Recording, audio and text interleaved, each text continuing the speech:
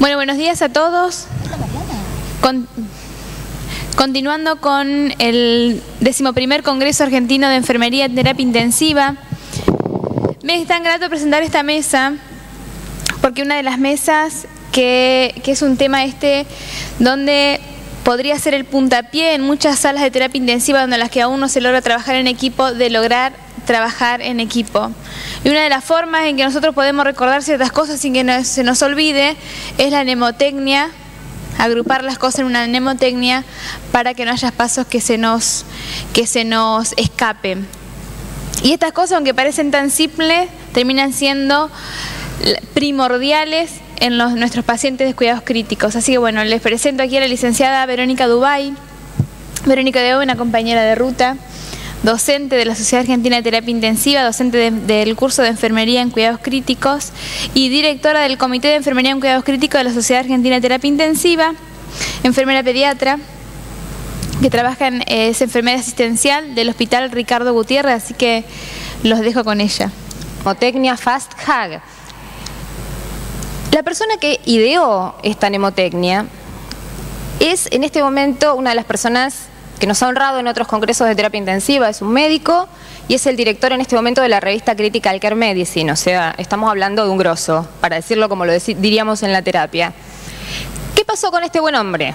Dijo, si yo hago un score, tengo años para validarlo, de cómo hay que evaluar un paciente en terapia intensiva, qué es lo que no me tengo que olvidar de mirar cuando miro a un paciente en terapia intensiva. Y muchas veces a los enfermeros lo que nos sirve mucho, y que nos lo hacemos cuando estamos en la escuela de enfermería y empezamos a hacer ateneo de pacientes o empezamos a ir a las prácticas, es hacer una checklist, una lista de las cosas que no me tengo que olvidar. Esto me simplifica el trabajo. Y si no la puedo revisar yo y la tengo en mi servicio, la puedo revisar otro.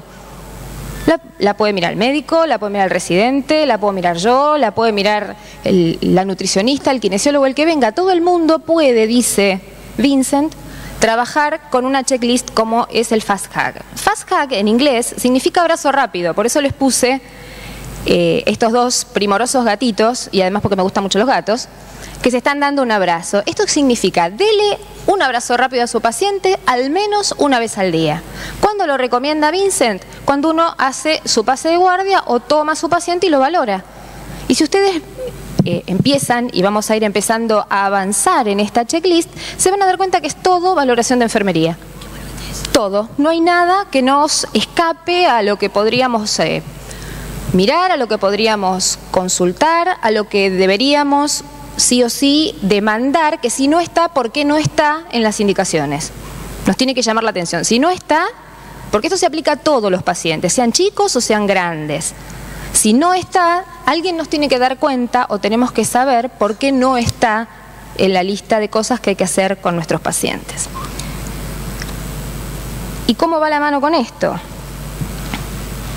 Tiene 7 componentes, en principio. Luego de que termine esta charla, les vamos a contar la experiencia que tiene Mariana, que es otra colega que está ahí sentada tomando agua ahora, en ampliar esta checklist, hacerla más útil, más abarcadora y más completa. Fíjense, el primer punto, yo les puse las palabras en inglés porque si no, no tiene sentido la mnemotecnia para nosotros, ¿sí? Primer punto, feeding, alimentación. ¿Puede ser alimentado mi paciente? ¿No puede ser alimentado? ¿Por qué? No puede ser alimentado por la vía enteral. Vamos a ver qué cosas hacen que yo en principio pueda o no pueda, o cómo puedo iniciar la alimentación enteral con este paciente. Pero las preguntas que yo me tengo que hacer es, bueno, ¿no está alimentado? ¿Por qué no está alimentado? ¿Porque me olvidé? ¿Porque se olvidaron de indicarlo? ¿Porque no puede? ¿Porque no lo tolera? ¿Porque no tolera lo suficiente? ¿Necesita alimentación por vía parenteral? ¿Por qué? ¿Cuándo? ¿De qué modo? Preguntas. La mnemotecnia Fast Hug nos plantea preguntas. Segundo, analgesia. Ningún paciente en terapia intensiva debe sentir dolor. Ningún paciente en terapia intensiva debe sentir dolor. Todo lo que les hacemos a los pacientes en terapia intensiva les da dolor. Por lo tanto, debemos controlar la indicación y la administración de la analgesia y evitar sobreanalgesiar a nuestros pacientes. ¿Para qué cómo vamos a hacer esto? Ya vamos a ver, hay scores, hay maneras de valorar esto, de medirlo y de tener una valoración objetiva y trasladable de la analgesia de los pacientes. De la mano de la analgesia va la sedación, que es la S del FAST. ¿Cómo quiero a mi paciente? Puedo elegir el score que me sirva mejor en mi terapia. El que nos gusta a todos, el que nos resulta útil, el que más herramientas de trabajo nos da, pero todo lo que yo haga en relación con la pseudoanalgesia de mi paciente tiene que llevar a mi paciente a estar calmo, colaborador y confortable. Fíjense que toda esta mnemotecnia nos está dando herramientas de valoración rápida y de decisión rápida. ¿Por qué no tiene mi paciente el estado de calmo, colaborador y confortable? ¿Qué ajuste hay que hacer? Veremos. Pero en principio yo ya, en cuanto lo miro, me doy cuenta y lo puedo valorar, ¿sí? Y debo evitar, ya vamos a ver por qué, bajo todas las condiciones posibles, sobresedar a mi paciente. Eso habla de un pésimo diagnóstico y de un pésimo cuidado de ese paciente si está sobresedado. La T del FAST es la prevención de la trombosis venosa profunda, ¿sí? Y esto va a tener que ver con el protocolo que yo implemente en mi terapia, si va a recibir heparina de bajo peso molecular, si va a recibir coadyuvantes, si va a recibir algún tipo de terapia física. Esto va a depender de las particularidades del paciente y de lo que yo tenga en mi servicio como norma y disponible. Pero todos los pacientes adultos que van a estar inmovilizados, me tengo que preguntar si requieren o no protección para la trombosis venosa profunda, que sabemos se asocia muchísimo como el tromboembolismo pulmonar y aumenta mucho la morbilidad y la mortalidad de los pacientes. HEAD es cabecera elevada a 45 grados. Lo óptimo en nuestros pacientes, 45 grados. ¿Cuándo no lo vamos a poner a 45 grados? En situaciones de indicación muy precisa. O sea que yo tengo que llegar a la terapia y levantarle la cama al paciente si no tengo ninguna contraindicación. Y no es solo la cabeza, ya lo van a ver en profundidad. Es la cabeza y el tórax del paciente. Porque si no me queda la cabeza colgando y el resto del cuerpo abajo. Al rato el paciente está todo abajo. ¿Esto para qué me sirve? Fundamentalmente para prevenir la neumonía asociada a ventilación mecánica. Y además le mejora al paciente la compliance, porque las vísceras descienden. Medicación y tratamiento para prevenir las úlceras por estrés. Los pacientes que están internados en terapia intensiva, por muy sobreanestesiados, por muy sobreanalgesiados que estén, por muy sedados que estén, tienen un estrés físico que es invalorable desde afuera. Entonces, todos los pacientes deben recibir algún tipo de profilaxis, en mayor o menor medida tendrá que ver con el riesgo de sangrado aumentado o no, para evitar las úlceras por estrés. Y por último, el control de la glucemia, que sabemos que la hipoglucemia es un asesino silencioso, pero la hiperglucemia se asocia con pronóstico peor en los pacientes internados en terapia intensiva. Entonces, mantener la normoglucemia de los pacientes. Y eso lo va a definir el protocolo cada terapia intensiva. Cómo lo vamos a hacer, cómo lo vamos a controlar y cómo lo vamos a administrar. Ahora vamos a empezar por la F, feeding, alimentación. Cuando uno tiene un paciente de inicio en terapia intensiva que ha recibido una injuria por la cual está internado, por la cual está asistido fundamentalmente en sus funciones vitales, en su primera fase es una fase de deuda de oxígeno. La mayor parte de nuestros pacientes en terapia intensiva llegan chocados o llegan con deuda de oxígeno. Esta primera fase que se llama, me encantó la comparación que hace el que escribe esto, compara el flujo sanguíneo a los tejidos con los pacientes con el fluir de la marea. La fase ebb en inglés es la fase de bajamar, cuando la marea baja. Y cuando la marea baja, baja el flujo. Y cuando baja el flujo no llega oxígeno suficiente a los tejidos. Y esto se da en las primeras 48 horas posinjuria. Hay, por un lado, un descenso del flujo, por otro lado, una activación de la cascada del sistema nervioso simpático con vasoconstricción, con lo cual el aporte tisular de oxígeno no está garantizado completamente. ¿Qué pasa con esto? Disminuye la extracción de oxígeno, por supuesto, porque si hay menos oferta, por supuesto saco menos oxígeno. Baja el gasto energético, el paciente va a todo hacia abajo, baja la marea, ¿sí? Aumenta la cantidad de ácido láctico porque aumenta el metabolismo anaerobio, ¿sí? Aumenta la secreción de insulina por mecanismos de estrés, pero esta insulina no me sirve para utilizar alimentos, hay resistencia a la insulina circulante y lo que se intenta en esta primera fase no es alimentar al paciente, sino primero recuperarlo del shock. Esta sería la primera fase, la fase de bajo flujo, de shock, de reanimación o fase EV. En esta fase lo que se recomienda es o que no se inicie la alimentación o que se inicie con volúmenes y metas calóricas muy bajas. Entonces yo tengo que saber cuando voy a hacer mi fast hack en qué fase está mi paciente. La fase flow o la fase de alta marea, de subida de la marea, la de pleamar, es lo que nosotros conocemos como respuesta inflamatoria sistémica, que es lo que se nos parece a la sepsis, o lo que se llama la sepsis sin germen, ¿sí? Se instala a partir del tercer día, entre el tercero y el quinto es más aguda, luego va bajando esta etapa, y es una, así como la otra era toda en menos, esta es toda en más.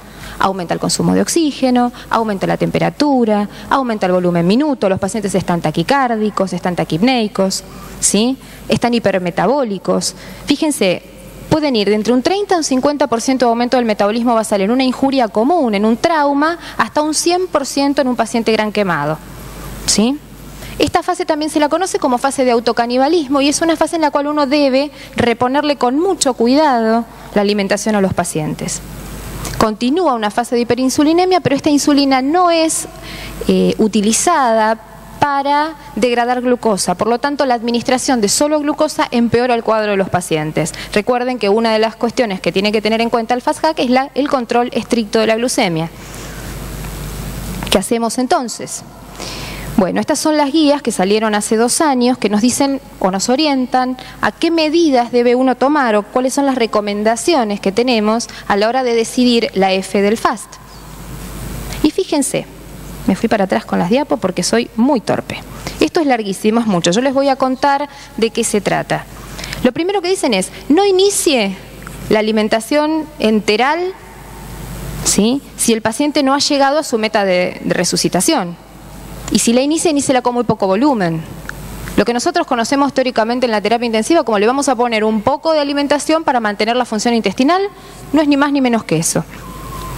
Otra cosa dice, usted prevea sus cuidados. Si el paciente no va a tener vía oral por más de 3 días, comience a pensar en la nutrición enteral. Porque va a pasar la fase de bajamar, la fase EV, y yo tengo que nutrir a mi paciente de algún modo. Acuérdense que estos pacientes empiezan a gastar lo que no tienen. Y si no tienen aporte, son los pacientes que después tenemos ventilados meses porque no tienen masa muscular.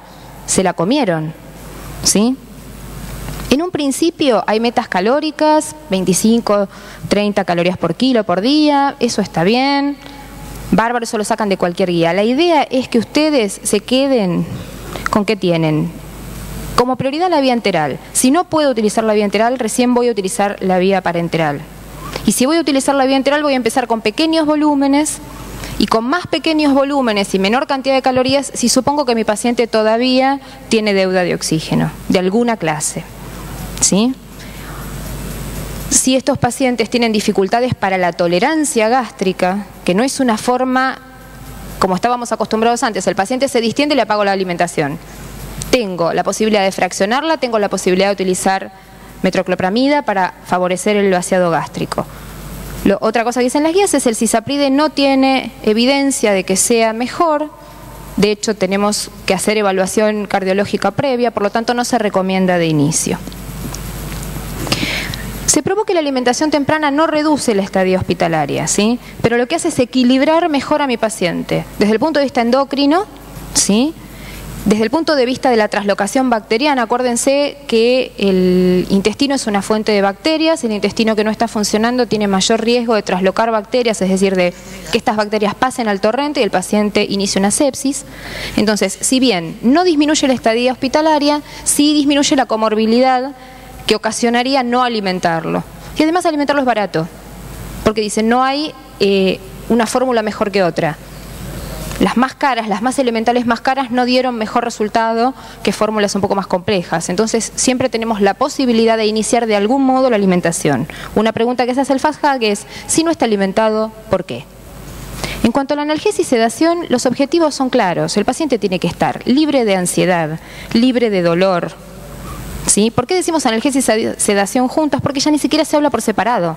Es inconcebible pensar en un paciente que está analgesiado sin sedación. Sabemos que el uso de sedantes, de benzodiazepinas, disminuye la cantidad de opioides que tenemos que usar.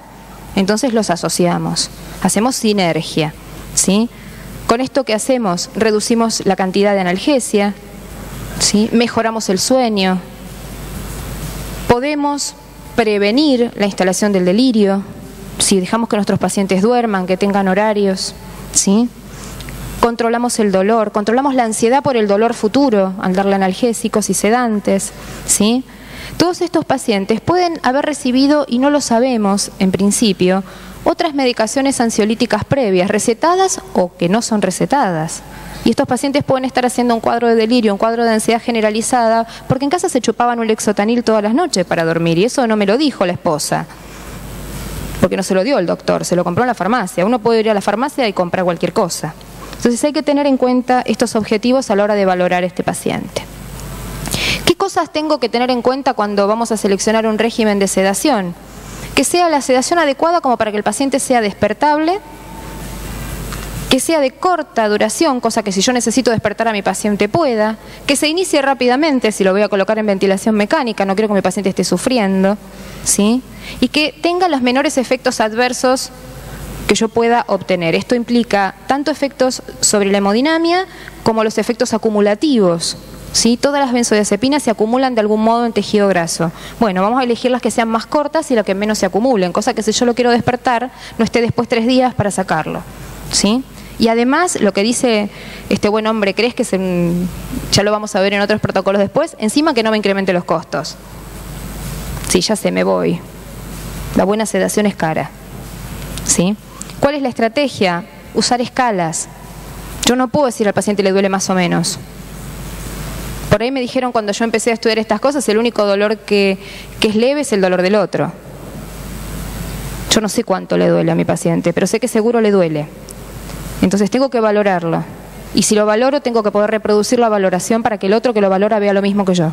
Y para eso voy a tener que seleccionar una escala que nos hable a todos igual, al que tiene experiencia y al que no. Al que sabe de pseudoanalgesia y al que no. Y todos vamos a hablar el mismo idioma.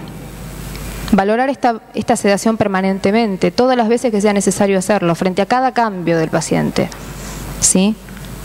Está probado que la utilización en enfermería de protocolos y de protocolos guiados por las enfermeras, que somos los que más tiempo estamos con los pacientes, dan buen resultado. Hacen que los pacientes estén menos tiempo ventilados, estén menos tiempo internados, ¿sí? Combinar los fármacos.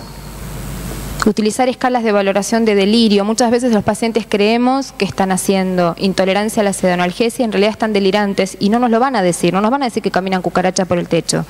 En algunos hospitales caminan cucaracha por el techo, pero no nos lo van a decir, tenemos que valorarlo nosotros, ¿sí?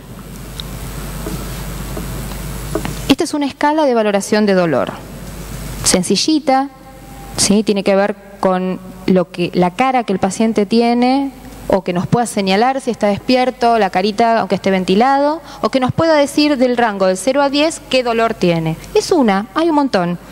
Yo la seleccioné porque me pareció sencilla y simpática, nada más. Perdón. Acá tiene la escala de sedación de Ramsay, sencilla, fácil de implementar. El paciente tiene que estar entre 3 y 4, tengo que poder hablarle, tiene que poder responderme, despertándose, aunque después se vuelva a dormir. Tienen la sedación y agitación, ¿sí? Que esta nos da un poquito más de información, porque la otra no nos habla de agitación, nos habla solamente de si despierta o no despierta. Esta nos da un poco más de información y nos resulta muy útil para introducir otra escala, que es la escala de Richmond, ¿sí?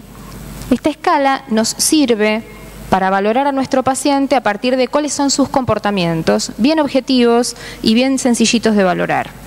Una vez que yo valoro a esta escala y esta escala me permite tener un paciente levemente despierto, puedo pasar a valorar si mi paciente está delirante, ¿sí?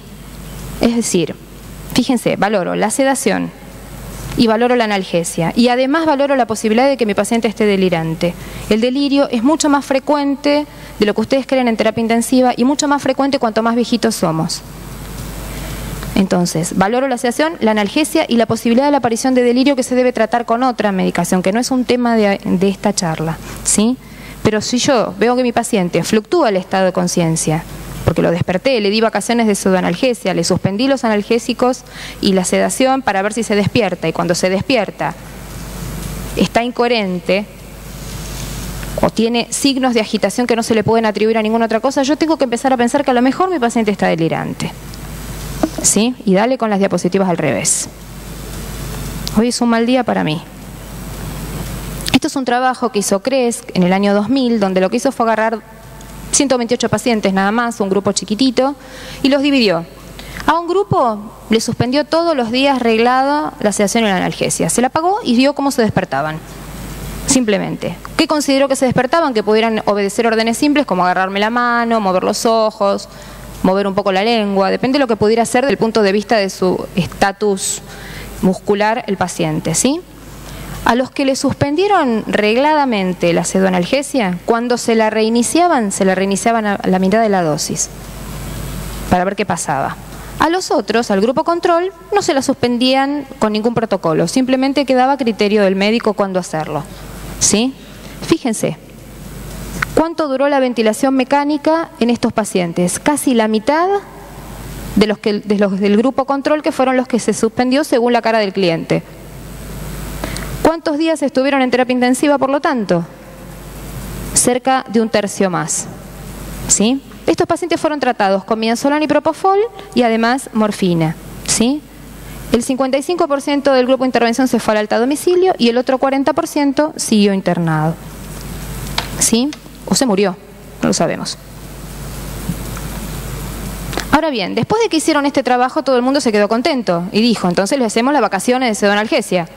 Y dijeron, vamos a ver qué pasó con los efectos adversos, con las situaciones no buscadas en estos pacientes. ¿Qué complicaciones tuvieron los pacientes que se les suspendía aleatoriamente y a los pacientes que se les suspendía con el grupo controlado por el SCORE? Y fíjense, los mismos pacientes no tuvieron, fíjense, grupo intervención, 13 complicaciones, entre las cuales estaban todas estas, ¿sí? Neumonía, sangrado gástrico, bacteriemia, barotrauma. Fíjense, 13 contra 26, ¿sí? Y paradójicamente tuvieron la misma cantidad de extubaciones accidentales. O sea, vale la pena despertar a los pacientes y ver qué pasa, ¿no? Con esto, ¿qué podemos hacer? Además de disminuir la pseudoanalgesia, podemos valorar si realmente nuestros pacientes necesitan bloqueantes neuromusculares o no. Que no está dentro del Fast Hack, pero yo se los tiro como una idea más, ¿sí? En cuanto a la prevención de la trombosis venosa profunda, que sabemos se asocia al tromboembolismo pulmonar, lo que uno tiene que pensar es son qué factores de riesgo tenía mi paciente para decidir cuál es la prevención que voy a hacer. ¿Qué factores de riesgo tiene? ¿Qué enfermedad actual tiene? ¿Sí? Y entre los factores de riesgo que tenemos un montón. Cirugía reciente, trauma, inmovilización por mucho tiempo, ¿sí? Sepsis.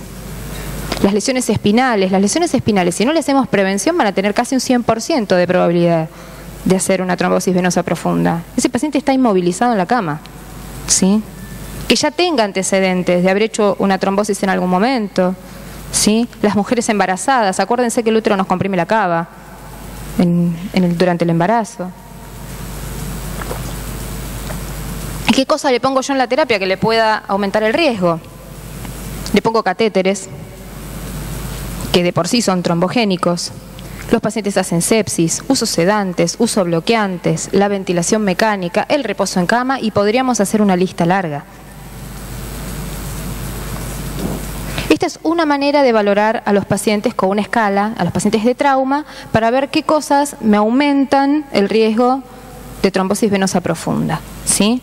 Y podemos clasificar a los pacientes en diferentes riesgos. Y según los riesgos, esto anda hacia donde yo quiero que vaya o donde quiere él. Ahí está. Según los riesgos, yo voy a implementar la terapéutica. Fíjense que las cosas que se toman en cuenta son muy sencillas. La condición anterior, los factores que yo le pongo, los iatrogénicos, los relacionados con la lesión que tenga mi paciente. No es lo mismo tener fractura de las dos piernas que tener fractura de un brazo, ¿sí? La edad, lo siento, cuando empezamos a envejecer todo viene para atrás. ¿Esto qué es? Esto es una manera, un algoritmo, una manera de decir cómo miro a mi paciente traumatizado cuando llega a la terapia intensiva. Y digo, ¿tiene riesgo de sangrado este paciente?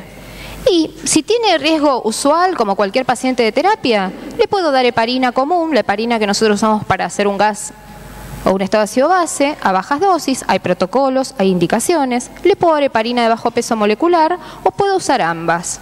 Ahora vamos a ver una foto que me alcanzó Mariana, porque yo no trabajo con niños y los niños no hacen profilaxis, hacen solo tratamiento, ¿sí? Cuando ya sabemos que hay un trombo previo. Podemos usar medias de compresión neumática, podemos usar medias elásticas, ¿sí? Todo lo que ordeñe el lecho venoso. Si el riesgo de sangrado es muy alto, porque este paciente, qué sé yo, vino con una úlcera previa tratada, voy a usar primero medios físicos y voy a retrasar la profilaxis hasta disminuir el riesgo de sangrado. Este riesgo de sangrado puede ser que sea o un riesgo de sangrado común y corriente o el paciente haya venido con por ejemplo, un ACV hemorrágico, ¿sí? O le hayan tenido que drenar un hematoma por un trauma. Ese paciente en los primeros momentos no voy a poder empezar a heparinizarlo. Voy a tener que implementar la inteligencia y ver qué tengo. Si tengo las botas de compresión, usaré eso, y si no, usaré medias, o se lo pediré al hospital o se lo pediré a la familia. Pero cuando yo hago el fast hack no puedo quedarme tranquila si no tengo profilaxis, ¿sí? Está indicado en estos pacientes hacer Doppler además para ver en qué estado estamos, si hay riesgo. Y el esquema recomendado, esto lo bajan de internet tranquilamente. Los riesgos es, si estamos de bajo a moderado, le damos heparina, ¿sí? Lo que dijimos hoy, heparina bajas dosis o heparina de bajo peso molecular. Y si tenemos riesgo moderado alto, usamos primero los medios físicos y luego, cuando sabemos que está documentado el riesgo de sangrado, lo ponemos en profilaxis con alguna de estas dos opciones. Lo más utilizado habitualmente es la heparina de bajo peso molecular, que viene o prellenada o fraccionada en laboratorio. Esto tiene que ver, es exactamente lo mismo, ¿sí? Es un trabajo pensado para los pacientes que han hecho un ACV o que han hecho un hematoma, drenado o no, a nivel cerebral. Y es lo mismo, movilización si es posible, bajas dosis de heparina de bajo peso molecular si no se puede movilizar al paciente, y si no, compresión hasta que estos pacientes puedan entrar en protocolo de heparina, ¿sí? Hay después, bueno, filtros para vena cava, lo buscan, hay 50.000 cosas. Lo que uno tiene que hacer en conclusión, en resumen, en castellano, preguntarse, este paciente, ¿por qué no tiene ningún modo de profilaxis? ¿Sí? Fíjense, acá están las medias que usa Mariana en su terapia, que en todo caso después le pueden preguntar todos los detalles técnicos cuando terminemos y lleguen las preguntas, porque francamente es algo que escapa a mi práctica cotidiana. Y esto es un trabajo que también se publicó este año en el JAMA, acerca de darle o no darle heparina de bajo peso molecular a los pacientes o heparina común fraccionada. Y lo que encontraron, esto se hizo un trabajo y se eligió pacientes de las mismas características, se los separó en dos grupos, uno le daban heparina común a baja dosis, una dosis alta inicial, bajas dosis subsecuentes para impregnarlo, y después heparina de bajo peso molecular. Dijeron, bueno, a ver qué hay, porque la heparina de bajo peso molecular, seamos realistas, es cara, ¿sí? Y lo que encontraron fue que no había diferencias ni en el sangrado ni en la recurrencia, ¿sí?, de trombos. Fíjense, en los primeros 3 meses no hubo diferencias en la recurrencia de trombos, y en los primeros 10 días no hubo prácticamente diferencias en el riesgo de sangrado, ¿sí? Las muertes parecen, nos llaman la atención porque estamos hablando de 18 contra 22, pero realmente, si bien son clínicamente, porque son personas, no son estadísticamente significativas. Y lo que les quiero dejar antes de que siga Mariana y después nos puedan hacer todas las preguntas que quieran de cómo se puede trabajar con esto, es una frase del mismo autor que inició esto, que es Vincent, que dice: a todos nos gustan los abrazos y nuestros pacientes no son una excepción. Gracias. De ayer nuestras andanzas por la Academia de Medicina. Bueno, yo voy a completar un poquito, siguiendo la línea de lo que venía diciendo Vero, los indicadores de esta mnemotecnia que tan brillantemente el doctor Van Sant nos ha cedido. Yo creo que lo que inspiró a Van Sant en algún momento fue el hecho de decir que no contamos con una checklist o algo que nos recuerde los cuidados mínimos que tenemos que tener con nuestros pacientes críticos. Nosotros nos atrevimos, nuestro jefe, mejor dicho, se atrevió a completar un poquito estos indicadores. Fíjense que inclusive hasta es más lindo que Van Sant. Completó estos indicadores de cuidados, agregando algunos cuidados más que consideramos que son muy importantes en la prevención de complicaciones en nuestros pacientes, que ahora les voy a describir en un momentito.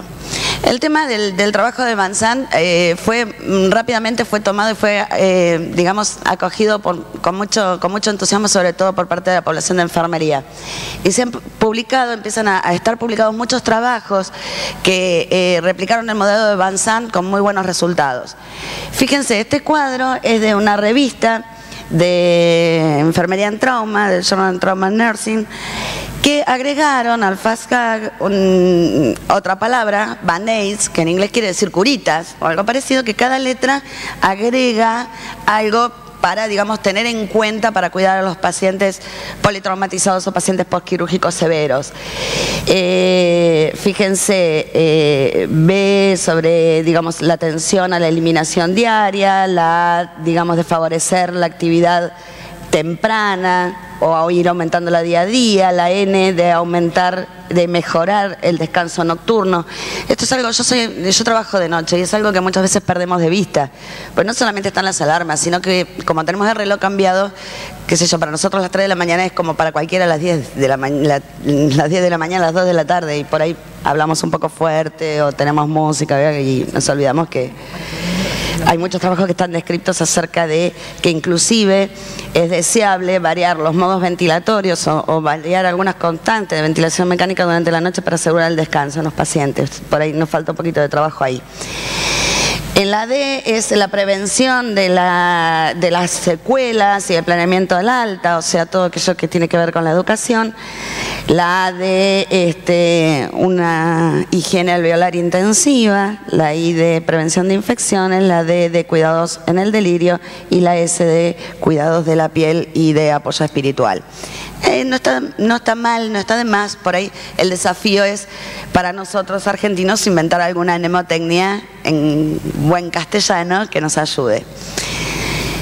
Este otro trabajo, fíjense, del año 2008, es un trabajo muy nuevito, publicado, de un grupo que implementó el FAST-CAG en una unidad de terapia intensiva. Fíjense, ellos lo que lo hicieron fue con la intención de disminuir sus tasas de neumonías asociadas a ventilación mecánica, y encontraron que ellos, de tener una tasa más o menos de 19,3, 20 cada 1000 días ventilador, aplicando el FAST-CAG lograron disminuirlo en 7.3 casos de neumonías asociadas a ventilación sobre 1000 días de ventilación. O sea, han tenido una disminución muy importante y estadísticamente significativa, y bueno, fíjense que son todas medidas no invasivas y que tienen que ver con no olvidarse de algunos cuidados básicos y cada cual a la toma de guardia recordar y revisar dentro de las indicaciones si hay algo que faltó.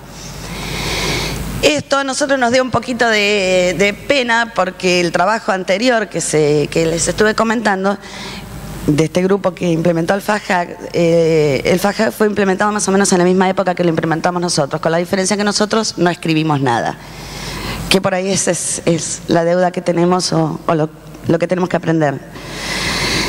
Esta es una de nuestras camas. Nosotros es una unidad pequeña de 6 camas, pero bueno, se hicieron carteles que los hicimos plastificar y los pegamos con velcro a la pared, y cada cabecera tiene el cartel de FAST-CAG.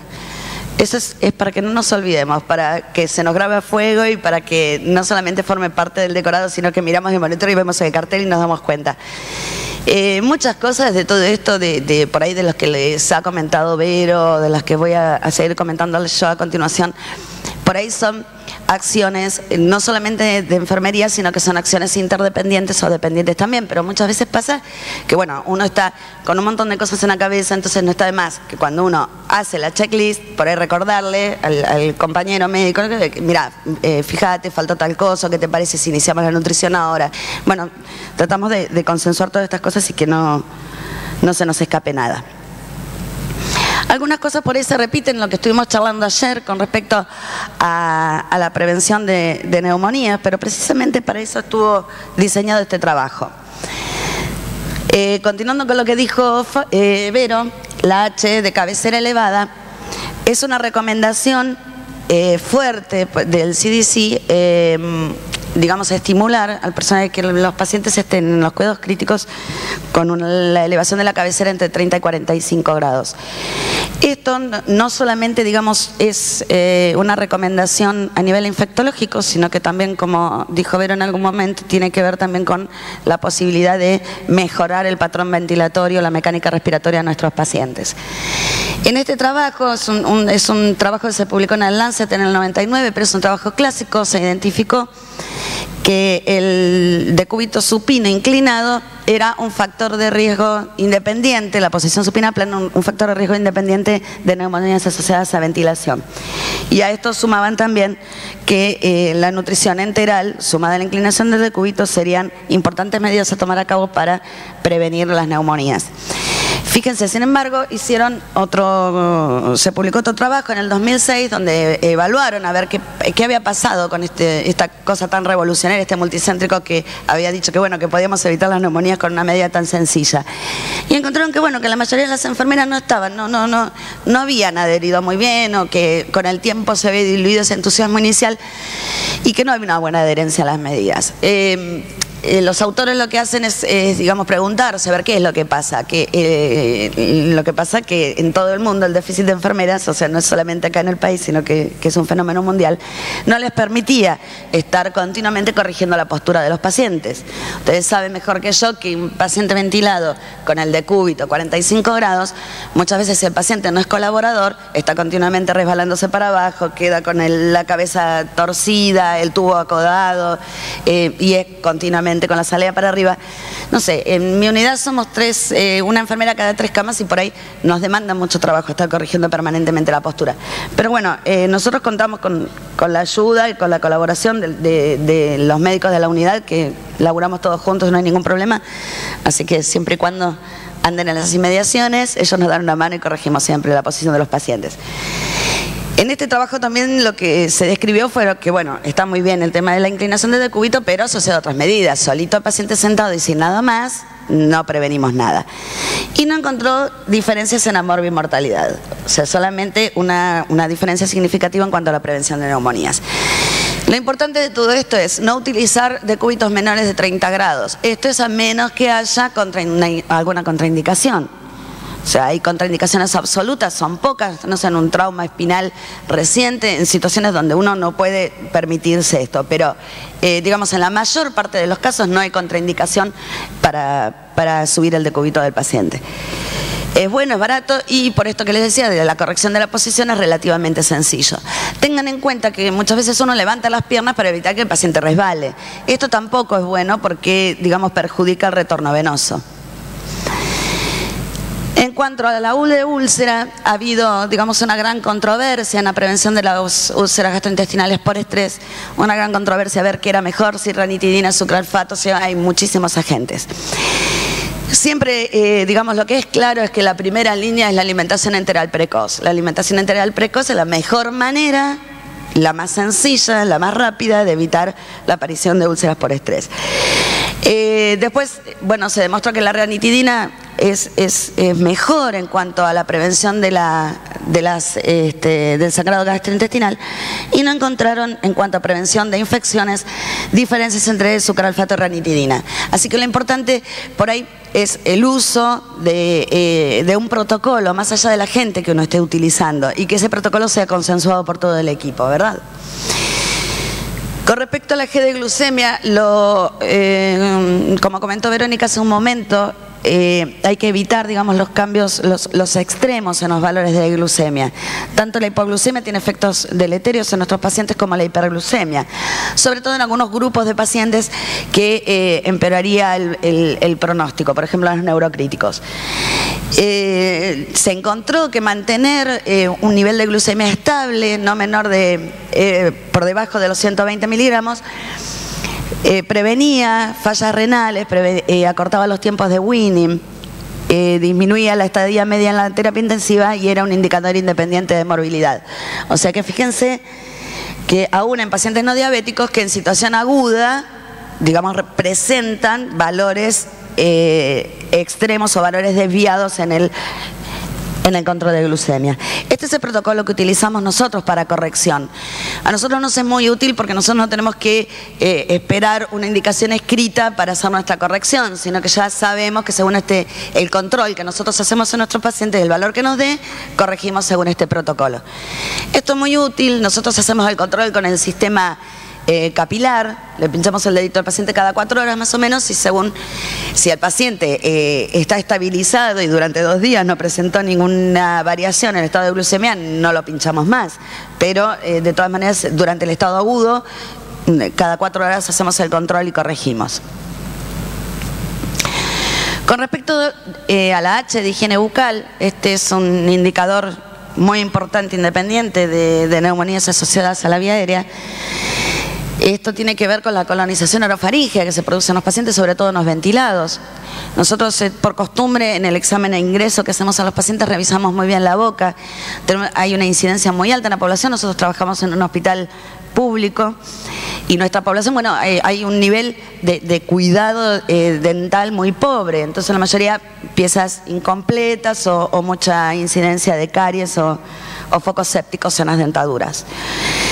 Entonces, bueno, lo importante es poder desarrollar un protocolo de higiene dentro de la unidad. Nosotros lo que hacemos es hacer la higiene una vez por turno, que es cuando aprovechamos y revisamos la cavidad bucal y podemos hacer una buena higiene y cambiar la fijación del tubo. Hay muchos trabajos que dicen, bueno, clorhexidina, algunos dicen, bueno, colutorios, otros dicen otro tipo de agentes. La clorhexidina parece estar ganando la partida. La solución acuosa de clorhexidina, no la que usamos para lavarnos las manos, es solución acuosa del 0,12%. La presencia de una sonda nasogástrica abierta, que drenando contenido gástrico, también aumentaría la colonización orofaríngea. Igual que cuando hacemos la higiene bucal o aspiramos secreciones, de aspirar el lago faríngeo bien profundamente, esto nos ayudaría. Lo que no ayuda en nada es, por ejemplo, la utilización de cánulas orofaríngeas en los pacientes intubados. Muchas veces se utilizan estas cánulas para evitar que el paciente muerda el tubo, cuando en realidad lo que se tiene que hacer es ajustar la pseudoanalgesia para que el paciente no muerda el tubo, o ver qué es lo que le está molestando y no utilizar una cánula orofaríngea, que lo que hace además es aumentar el riesgo de juntar secreciones en la orofaringe.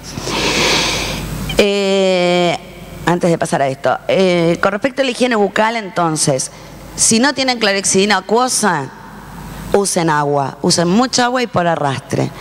Agua con la jeringa, irrigar bien la cavidad bucal 2, 3, 4 veces, aspirar, envolverse los dedos en una gasa, si el paciente no muerde, si es colaborador, pedirle y repasar la cavidad bucal. Los colutorios solamente dan buen aliento, nada más, no han demostrado disminuir la carga bacteriana de las secreciones orales. La U, que ya estamos en el protocolo UPA, el invento vernáculo, la U es de ubicación de tubos y sondas. Esto es de mucha importancia. Nosotros hemos observado, fíjense, en la primera foto, la posición del tubo traqueal. Este tubo traqueal, fíjense, ustedes recuerden que los tubos traqueales tienen una curvatura. Esa misma curvatura que uno lo ve cuando está en su envoltorio, mantiene esa curvatura dentro de la vía aérea. Entonces el tubo no puede estar para abajo y no puede estar torcido sobre una comisura, porque la punta del tubo está lacerando la mucosa traqueal. Entonces, siempre ayúdense con lo que tengan, con el bracito del ventilador. Nosotros, fíjense, a ver, ahí. Fíjense, esto es una venda, que nosotros utilizamos una venda para agarrar la T del tubo y llevarla hasta un palito de suero y así tratar de mantener la postura la posición del tubo. A la vez le vamos agregando cosas a la I. Aparte de espacio muerto, eso pesa sobre la vía artificial. Tenemos que la nariz artificial, que el sistema cerrado de aspiración, que la aerocámara, que el monitor de PECO, y así se van agregando cosas y es un peso terrible sobre la vía aérea. Piensen en los pacientes traqueostomizados, esto es peor, empiezan con un traqueostoma hermoso y terminan cuando se van de alta con una cacerola así de grande. Entonces, más cuidado con los pacientes traqueostomizados. Otra cosa con respecto a la ubicación de tubos y sondas, fíjense, estos son mangueras de un ventilador. Estas curvas, estos loops, no son buenos porque no hacen un buen drenaje del agua condensada. Fíjense la posición de ese sifón. Este sifón no está funcionando como corresponde. Los sifones tienen que estar por debajo del humidificador, está muy bien, pero en posición vertical. Esto es muy difícil de lograr muchas veces porque las mangueras son bastante duras y son a veces indomables, pero bueno, agudizar el ingenio y ver de qué manera. Fíjense, este sifón igual, está lleno de agua y está en posición... acá, así como nos gusta mostrar las cosas que hacemos bien, nos gusta también hacer autocríticas. Acá fíjense, esta aerocámara, que está puesta para administrar aerosoles intermitentes, tiene el sensor del monitor de presión de dióxido de carbono atrás. Y esto en realidad está midiendo una lectura que no es confiable. Los monitores de PECO, los carboxímetros, tienen que ir enseguida después del tubo. Porque ahí lo que está midiendo, digamos, es irreal. Lo que está en aerocámara no sabemos cuánto de representativo es. Siguiendo con ubicación de sondas y tubos, fíjense, ahí tienen otro sensor que esta vez está bien colocado. A ver, ahí. Posición de sondas y tubos, fíjense, la sonda enteral tirando para el lado contrario, el tubo traqueal tirando sobre la comisura. Esto es bastante habitual. Esto es de muy buena práctica, marcar el tubo traqueal con una fibra o algo para saber la altura a nivel de la arcada dentaria. Esto cada vez que cambiamos la fijación puede llegar a variar la profundidad. En la profundidad del tubo traqueal puede variar más o menos 2 centímetros con los cambios de decúbito del paciente. Esto es terrible porque esto nos deja, digamos, un desplazamiento del lago faríngeo que es muy importante. Este es el método que nosotros utilizamos para fijaciones, con tela adhesiva. Hacemos un collar, que yo en algún momentito, si a ustedes les interesa, se los puedo explicar afuera. Este paciente tiene la sonda nasogástrica, fíjense que está fijada muy pegando contra el borde de la narina. Esto lastima, produce úlceras por decúbito. Hay que fijarse en la manera de corregir ese tipo de cosas. Igual que esto es bastante útil, hacer fijaciones con vuelo para que si el paciente varía la posición de la cabeza, no produzca tirones. Con respecto, fíjense, a la fijación de las sondas vesicales, con la cara interna del muslo, esta es otra cosa que quería mostrarles. Esto es un loop de una sonda vesical. Acá la orina que sale, bueno, esto se niega a funcionar, no anda más. Bueno, fíjense que en las sondas vesicales, si el paciente no tiene un buen débito urinario, no tiene un buen flujo urinario, tiene que vencer toda la resistencia que le implica tener que trepar toda esa distancia, subir hasta la bolsa colectora. La otra foto lo que ven es una sonda vesical suelta, eso tironea, puede producir lesiones en la uretra. Esto es una foto de lesiones por, a ver si las marco con el mouse, a ver si la pueden ver. Esto es una lesión por fijación. Nosotros, digamos, no tenemos incidencia de caída, pero también a lo mejor se nos va un poquito la mano con la fijación externa, si no tenemos un poquito más de cuidado, ¿no? Esto tendremos que verificarlo cada vez, o sea, evitar, si el paciente está un poco más tranquilo durante un rato, aflojar un poquito, ¿no?, con este tipo de cosas. Ya vamos terminando. La presión del manguito de tubo traqueal, esto lo comentamos ayer, esto es un dispositivo comercial, esto es lo que utilizamos nosotros, que no tenemos el dispositivo comercial, es un manómetro de tensiómetro con una manguerita adaptado a una llave de 3 vías y una jeringa. Con esto medimos la presión de nuestros balones. Gracias, corazón. Y esto, digamos, previene de la decantación de microaspiraciones hacia la vía aérea inferior. Esto es importante, mantener la presión intrabalón entre 20 y 30 centímetros de agua, que es más o menos 25 milímetros de mercurio. Tengan mucho cuidado y recuerden que en las distintas fases respiratorias la presión de balón se modifica, igual que con los cambios de decúbito. En decúbito lateral, si ustedes hacen la prueba, prueben en decúbito supino, midan la presión, pongan al paciente de costado y vuelvan a medir la presión y les va a dar diferente.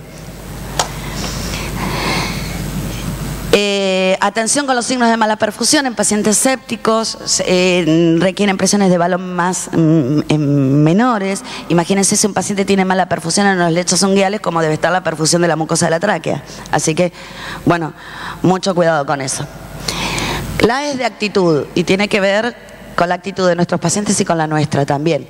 Fíjese, este paciente está muy prolijita la manguera del ventilador, está colgando como corresponde y todo, pero lo tenemos medio colgando ahí. Esto no es una imagen poco habitual, sobre todo en pacientes con delirio, con deprivación de alcohol o de drogas. Y esto realmente representa un desafío, porque estos pacientes son realmente agotadores para enfermería. No sé, a mí me agotan este tipo de pacientes. Es terrible. Bueno, por ahí habría que ver la manera, sobre todo porque la mayor incidencia por ahí es en hombres alcohólicos, en personas muy grandes de cuerpo, que demandan muchísimo esfuerzo y que uno termina la guardia con la cintura hecha pedazos. Bueno, habría que ver, a ver cuál sería nuestro desafío con este tipo de pacientes. En esta paciente, una paciente con un trauma de cráneo severo, que, bueno, quisimos evitar un poco la deformidad que se produce en las piernas. Le pedimos a la familia que nos trajera una zapatilla de botita y le prolongamos los cordones con unas vendas y se la tapamos la cabecera para mantener, digamos, el ángulo recto en los pies con respecto de los tobillos. Fíjense que en las manos tiene los bollitos famosos que nos enseñaron en la escuela de enfermería. Traqueostomizada, y fíjense la postura de la tubuladura, ¿no? Bueno, una foto más de posición. Acá esto que se ve acá atrás en el segundo plano, esto es un asco, porque después que uno termina de aspirar al paciente tiene que vaciar el frasquito. Paciente en decúbito lateral, las tubuladuras siguen manteniendo, digamos, el ángulo recto con respecto de la boca y la centralización. Esto está bien centradito en el medio de la boca, permite evaluar toda la cavidad oral y a la vez, bueno, también lo que es útil que cuando uno varía el decúbito de los pacientes es que en vez de cruzar las mangueras sobre la cama, por ahí ver la manera que se pueda llevar el ventilador. Y esto es con respecto a la actitud nuestra. O sea, tiene que ver con... más allá del trabajo de enfermería y todo lo prolijito y lo limpitos que podemos ser y lo fantásticos que somos con cumplimiento de las normas. Hay un paciente que, bueno, que requiere por ahí un poquitito más de atención y de reflexión con respecto de algunas cosas. Les quiero agradecer a ustedes y les quiero agradecer al equipo en el que trabajo, que todos estamos con las pilas muy puestas en esto del FAJAC. Y ese es nuestro hospital. Muchas gracias.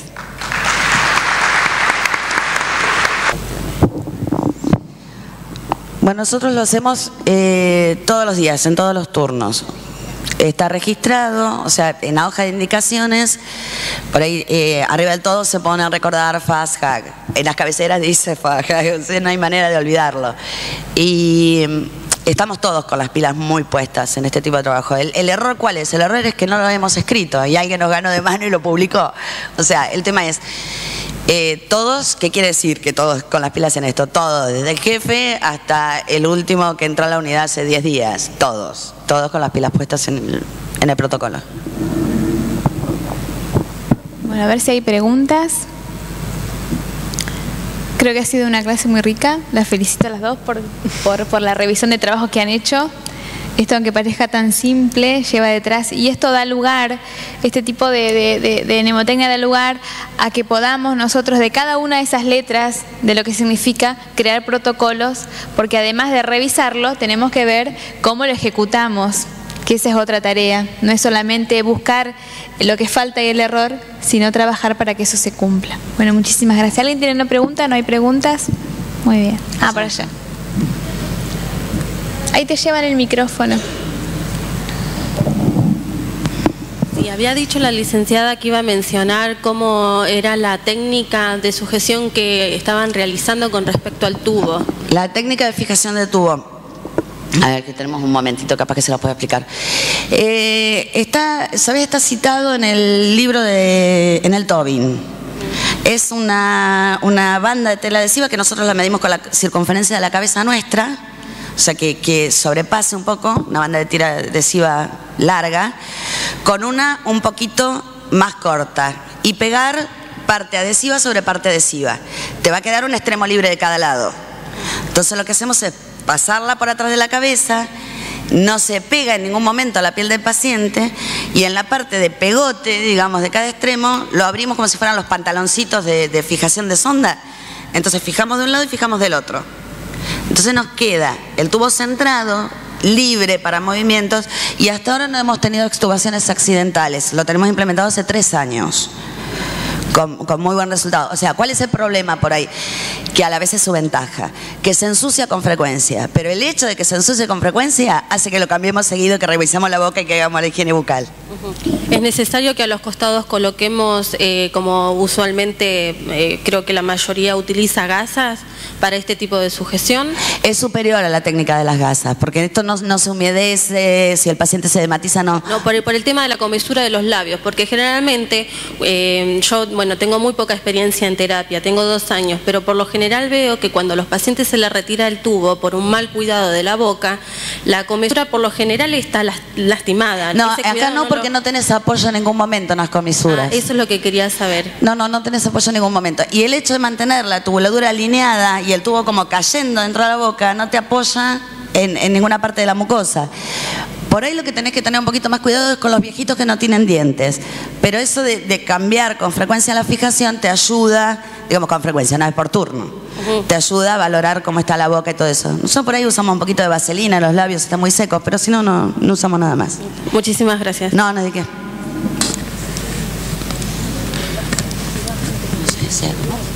Bueno, además, yo puedo contar que lo estamos usando a partir de la experiencia de Mariana en nuestro servicio, con mucha resistencia al principio por una cuestión de que siempre lo hacemos de esta manera y no es difícil cambiar.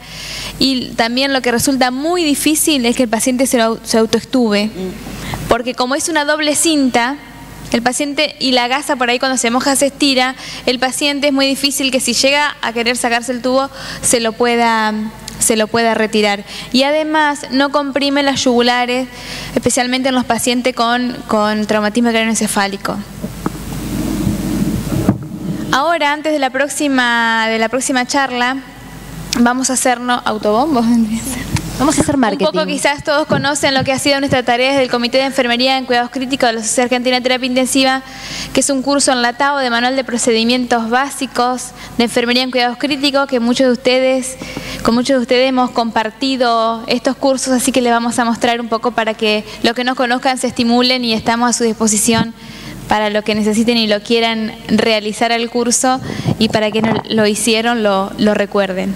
Por otra parte, también lo que quiero hacer es invitarlos, ya que estamos todos en el Congreso y en todos los congresos siempre nos pasa que nos motivan estas cosas a reflexionar acerca de nuestra práctica como profesionales y nuestro compromiso como tales, es que se acerquen y se asocien a la Sociedad Argentina de Terapia Intensiva. Y cuando sean socios nos traigan proyectos, nos traigan ideas. Nosotros tenemos un comité que está funcionando asiduamente, con muchas ideas, con mucho trabajo y con poquita gente. Necesitamos más gente, porque más gente es más proyectos. Y también es más fuerza a la hora de que nuestro comité pueda plantear políticas que tengan que ver con la terapia intensiva, que pueda discutir foros de cómo se debe profesionalizar a la enfermería dentro de la terapia intensiva. Asóciense, acérquense a nosotros, acérquense a las asociaciones profesionales y demanden que jerarquicen nuestra profesión. Estamos en un momento de debate bastante fuerte con este presunto estado de emergencia de la enfermería, que yo lo conozco desde que me formé, este estado de emergencia de la enfermería. Es el momento de instalar el debate en la sociedad y de acercarnos a nuestras sociedades. Muchas gracias.